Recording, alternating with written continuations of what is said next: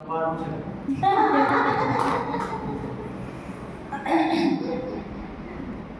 ઘરમાં જ અમારે વાતોચીતોમાં બધું થતું હતું. મમ્મી છે મારા ઘરે વળી, તેના લીધે હું એમને સારી એવું સલાહ આપી હતી પણ વોટ્સઅપ પર.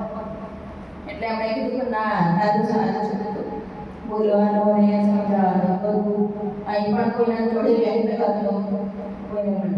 હું તો એટલી કહીશ આજે કોઈ પ્રશ્ન કે સવાલનો કોઈ જવાબ આપી શકું એટલી કેપેબલ નથી, પણ કોઈના પણ ઘરે કોઈ ગરીબ હોય તો બસ એ જે કે સાચું જ માનીને એનું કર્યું કરજો તો ખરેખર તમારા જીવનમાં એક ભલે એ દિવસે તમને એમ લાગશે કે ના એ ખોટું કહેતા હતા અને આપણને આવું કર્યું તો પણ ચલાવી લઈએ, પાછળથી તમને જેવું થશે કે ના એ બરોબર હતા.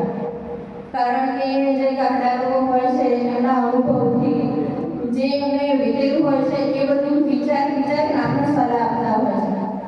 અને આપણી આજની ઉંમરમાં આજની જીવનની ધમાલમાં આપણને એમને એવું લાગતું હોય છે કે ક્યાં વચ્ચે કરનાર પાણી આપણને ડિસ્ટર્બ કરે છે, આવું બોલે છે, આવું કરે છે. કોઈ પણ વાત હોય આપણે કોઈ પણ ચર્ચા થતી હોય તો એ કે બેટા શું કરો છો આમ, તો ઘણા ફેમિલીમાં મેં જોયું છે કે ઘરના લોકો નિગ્લેક્ટ કરી દે